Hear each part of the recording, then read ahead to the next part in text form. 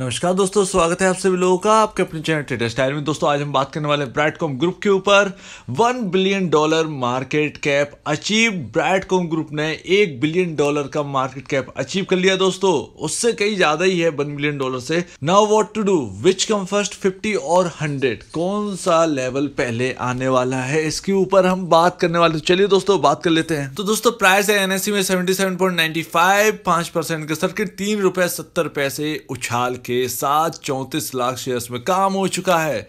BSE में 78 का level पार कर चुका है, 78.25 का प्राइस आ रहा है और बीएसई में वॉल्यूम 22,23,752 के हो चुके हैं। तो ध्यान रखिएगा दोस्तों, यहाँ पर जो है वॉल्यूम्स की कोई कमी नहीं है, डिलीवरी 100% ही है। अब हम बात करते हैं अपने फंडामेंटल की। तो यहाँ पर जो है अब चेंजेस हो चुके हैं। मार्केट कैप 7,765 करोड़ का यहाँ पर पहुँच चुका है। अर्निंग पर शेयर तो वही है 4.68, लेकिन पी रेशियो उछाल है 15.94 पर पहुंच चुका है। अब सबसे पहले मैं आपको बता दूं, आप सोच रहे होंगे कि आज फिर से वही बात कर रहे हैं, तो मैं आपको बता दूं कि यहाँ पर थोड़ा सा मुझे खराब सा लगा है। क्या चीज़ लगी है, कल मैंने एक्चुअली ट्राइडेंट के ऊपर एक वीडियो बनाई और लमसम 5800 लोगों ने उसको देखा।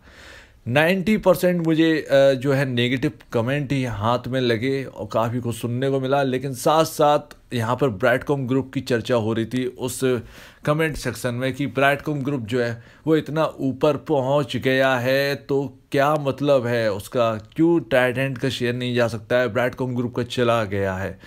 तो बड़ा ही अजीब सा लगा ये सवाल। तो मैंने यहाँ पर जो है यहाँ पर रिसर्च करने की कोशिश की, जबकि यहाँ पर पॉजिटिव चीज़ बताई गई, तब जाके नेगेटिविटी यहाँ पर फैली उस स्टॉक के मतलब वीडियो में।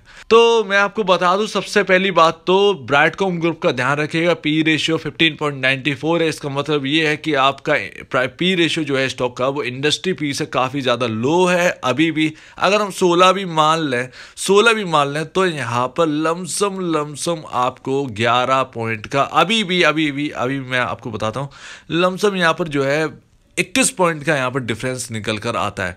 तो 21 पॉइंट का अभी भी आपके पास डिफरेंस है और ये काफ़ी बड़ा डिफरेंस होता है। तो स्टॉक सस्ता है, ये तो हमें समझ में आ गया। अब दूसरी बात दोस्तों, तो यहाँ पर मार्केट कैप देखिए 7,765 करोड़ का मार्केट कैप है, लेकिन अब उस शेयर की हम बाद में बात करेंगे, तो ये उससे काफ़ी ज़्यादा कम है, ठीक है ना। अब यहाँ पर आपने ये दोनों चीज़ें तो देख ली, अब देखिए ज़रा यहाँ पर क्या चल रहा है। तो ट्राइडेंट में ज़रा जाकर देखिए, 34 रुपये का है स्टॉक, और अगर हम बात करें इसकी तो देखिए 16,510 करोड़ का मार्केट कैप है। अर्निंग पर शेयर 0.95, जबकि ब्रैडकॉम ग्रुप का earning per share 4 point something है, 5 के आसपास है। तो 5 के आसपास और 0.98 में कोई क्या डिफरेंस आपको नज़र आता है? अगर आता है तो भैया आप समझ गए होंगे, समझदार हैं, तो यहाँ पर समझ में आ गया है कि भैया यहाँ पर एक जो डिफरेंस है वो 3-3.5 के आसपास का ईपीएस का जो है अंतर निकल के आता है, और 3-3.5 का जो ईपीएस है वो यहाँ पर जो है काफ़ी ज़्यादा मायने रखता है। पी रेशियो 32.95 है ट्राइडेंट का, जबकि ब्रैडकॉम ग्रुप का 15.94 है। तो यहाँ पर भी डिफरेंस निकल के आता है, जबकि ट्राइडेंट का इंडस्ट्री पी 17.95 है। तो अगर हम देखेंगे तो लमसम यहाँ पर जो है सीधा 15 पॉइंट के आसपास का डिफरेंस निकल कर आ जाता है। तो 15 पॉइंट ट्राइडेंट अपने इंडस्ट्री पी से महंगा है, ये एक सबसे बड़ी बात है। स्टॉक काफ़ी ज़्यादा महंगा हो चुका है। देखिए कंपनी का बिजनेस वाकई में ट्राइडेंट का बहुत इनोवेटिव है, बहुत ही अच्छा है, लेकिन साथ साथ स्टॉक पर क्या रिफ्लेक्ट करता है ये भी मायने रखते। तो स्टॉक किससे चलता है भैया? टेक्निकल से चलता है, ना कि आपके बिजनेस से चलता है। स्टॉक एक अलग है और अपना फंडामेंटली एक अलग है, दोनों की अपनी जगह है। ऐसे तो आईसीआईसीआई बैंक जो है वो अपने मार्केट कैप तो 20 लाख करोड़ का हो जाता। तो वही चीज़ है ना कि एक डिफरेंस रहना चाहिए, फंडामेंटल और टेक्निकल के बीच में बहुत ही अलग डिफरेंस है। तो यहाँ पर आपको ये तो समझ में आ गया होगा कि यहाँ पर जो ट्राइडेंट है वो क्यों महंगा है। यहाँ पर समझ में आ रहा है कि भैया इंडस्ट्री पी से महंगा है, तो यहाँ पर मैंने महंगा बोला, लेकिन वहाँ पर जो है बड़ा अपशब्द वहाँ पर सुनने को मिला तो बड़ा हंसी की बात है। अब यहाँ पर आपको ये तो समझ में आ गया हो कि ट्राइडेंट और ब्रैडकॉम ग्रुप का कोई कंपैरिजन है ही नहीं। अब अपने पास आ जाते हैं ब्रैडकॉम ग्रुप के ऊपर। तो ये सब जनरली है, मैंने आपको बताया। जो लोग नए लोग हैं जो डर रहे हैं इस वक्त, मैं आपको बता दूं कि आपका जो शेयर है ब्रैडकॉम ग्रुप, और आप देख रहे हो कि यहाँ पर सर्किट सवेरे सवेरे टूट जाता है और वॉल्यूम भी कम होने लगा है, साथ ही साथ सर्किट के जो लेवल हैं उस पर जो है कम शेयर आने लगे हैं, 10 लाख के आसपास आने लगे हैं। पहले यहाँ पर 13 से 20-30 लाख शेयर्स आते थे।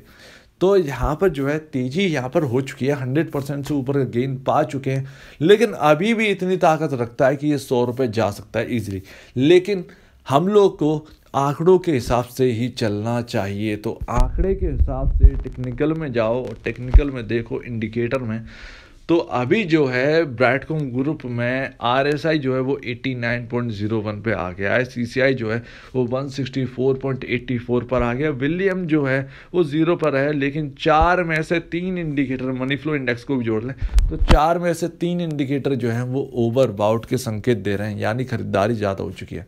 तो यहाँ पर जो है अभी क्या है कि ब्रैडकॉम ग्रुप की जो अभी की जो लेवल हैं वो थोड़े से अलर्ट वाले लेवल हैं। हमको थोड़ा सा नीचे जाना ही पड़ेगा, थोड़ा सा ये भैया कि नेचुरली है और इसे हम लोग को मानना ही पड़ेगा। तो अगर थोड़ी सी गिरावट आए ब्रैडकॉम ग्रुप में तो आप SIP के तौर पे ही लेना, बिल्कुल भी इसको नेगेटिविटी यहाँ पर जो है या पैनिक करने की कोशिश मत करिएगा। अगर आपने ऊंचे लेवल पे खरीद लिया तो आपको चांस है कि आप नीचे के लेवल पे भी खरीदने के आपको चांस मिल रहा है। बाकी अगर शेयर अगर भागता रहा तो अलग बात है। तो भैया इसमें कोई दोहराई की बात नहीं है कि ये एक मार्केट का सबसे उम्दा शेयर बन के निकलेगा, और इसमें कोई बड़ी बात है नहीं, क्योंकि हमने सब समझ लिया काफ़ी टाइम से एक अंडर परफॉर्मेंस अपने सेक्टर की लीडिंग कंपनी होना और एक अंडर परफॉर्मेंस और एक पैने स्टॉक होना, ये एक बड़ी बात होती है किसी भी स्टॉक के लिए, जब आप किसी की लीडर हों और आपको वो वैल्यू ना मिल रही हो।